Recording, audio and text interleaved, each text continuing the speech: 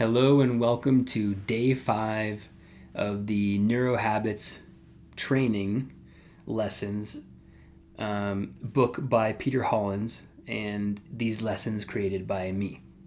This is basically a form of me studying and applying and fully embodying the key takeaways from the book.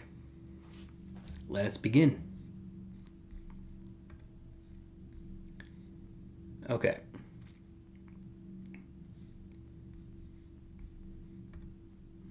So, Neurohabits Day 5, how to create habits and shape your environment. Practical strategies to shift your neurons from I can't to I can. So, introduction. Your brain can change. The premise, your brain can change. Habits rewire neurons. You can literally reshape your mind and behavior.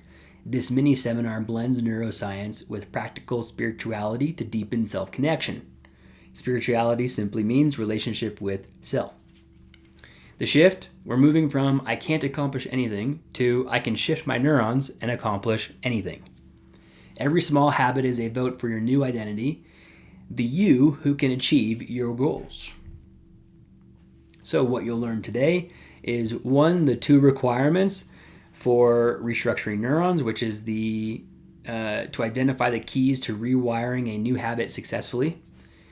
Number 2 is why automaticity matters. Understand how habits free you from willpower and mental strain. And 3, environment as a hidden hand. Leverage Kurt Lewis's formula. Behavior is a function of person and environment. Throughout this lesson, there will be multiple activities or exercises for you to engage with. Footnote, this lesson was designed to be taught in a public forum, so you are going to be getting the video format of this lesson. The 2 requirements, so this is learning objective 1 from the book Neurohabits by Peter Hollins. The 2 requirements for habit formation. 1, consistency. Regular, repeated practice over time, on average roughly 66 days to form a habit. Habits need uniform, frequent repetition to imprint in the brain. And number 2 is cue association, a specific trigger to the behavior. Anchor the new habit to a clear context or cue, time, place, or existing routine. Always do X after Y. For example, if I brush my teeth, then I put my clothes on. Something like that. Both ingredients work together to initiate and solidify the habit loop. By intentionally repeating an action in the same context, you're wiring new neural pathways. So a real life example, Jane's sunrise breathwork. The setup, trigger is sunrise alarm at 6:30 a.m. with gradual light. The routine is 5 minutes of breathwork every morning. Consistency, daily for 2 months, tracked on a calendar, and the outcome is after roughly 60 days, breathwork became second nature. The sunrise light automatically puts her in a calm, meditative state. It feels as automatic as brushing her teeth. Her brain has been rewired. Huzzah! The habit loop in action. So trigger is the sunrise alarm lights up at 6:30 a.m. The behavior is 5 minutes of breathwork meditation. The reward is inner calm and peaceful mind state. So by consistently associating the trigger with the behavior, Jane's brain created an automatic response. This is how you shift your neurons intentionally. So here's a quick exercise for you. Design your habit loop. 1, identify a trigger. Choose a specific cue in your daily routine. Piggyback on an existing habit or a consistent time. Be precise about when and where. 2, define the routine. Describe the behavior in 1 sentence. Keep it small and easy to start. Something you can do even on busy days. 3, play on the repetition. Commit to doing this every day for the next 66 days. Track it with a habit app or wall calendar using the Don't Break the Chain Room method. And number 4, optional reward. Plan a small, immediate reward after the habit to help your brain associate it with pleasure. Take 5 minutes to write your plan, and then, of course, share with a partner if you are with anybody. If you're watching this video, pause now and engage with the activity, and then play after you're done. All right, learning objective 2. Why automaticity is the goal. Habits are greater than willpower. Habits trump willpower every time. So the problem with willpower is finite and exhausting. Relying on it for each action is unreliable. You have to convince yourself every single time. The power of habits, once a behavior is a habit, it consumes minimal conscious thought. Your brain shifts it from the effortful prefrontal cortex to the efficient basal ganglia, freeing up mental resources. Basically, you're lowering the cognitive load of your brain. So from effort to autopilot. So in weeks 1 to 2, you are leveraging conscious effort. It does take some conscious effort, but it doesn't last for very long. You must think about and force yourself to do the behavior, which does require high willpower initially. Once you're getting into the weeks 3 and 4, it's getting easier. The behavior starts feeling more natural and less mental debate is needed, lowering that cognitive load. Weeks 5 to 8, automatic. The habit runs on autopilot. It feels weird not to do it. Success without willpower. Forming lasting habits reduces cognitive load and dependence on willpower as habits become automatic. Another example, Mike's gym chain, autopilot in action.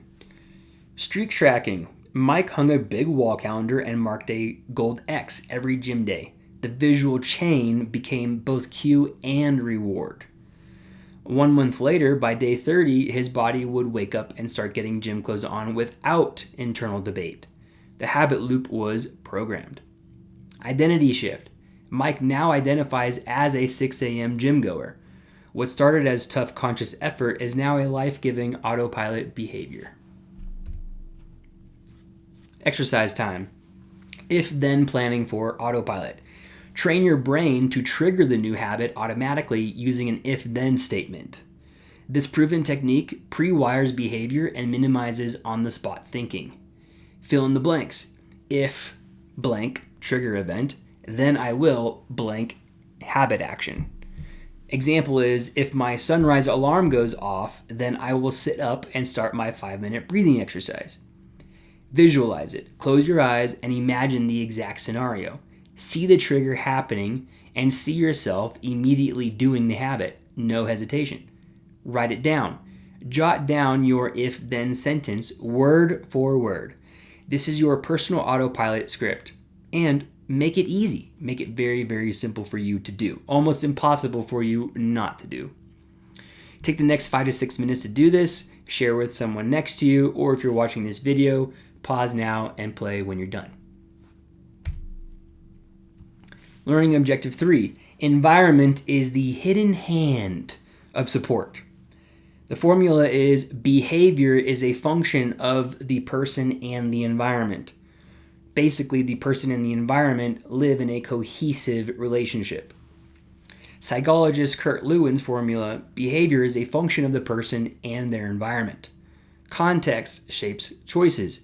Your environment provides cues and constraints that influence behavior, sometimes more than your intentions. A supportive environment can ignite positive habits, while a poor environment can derail even strong will. External triggers.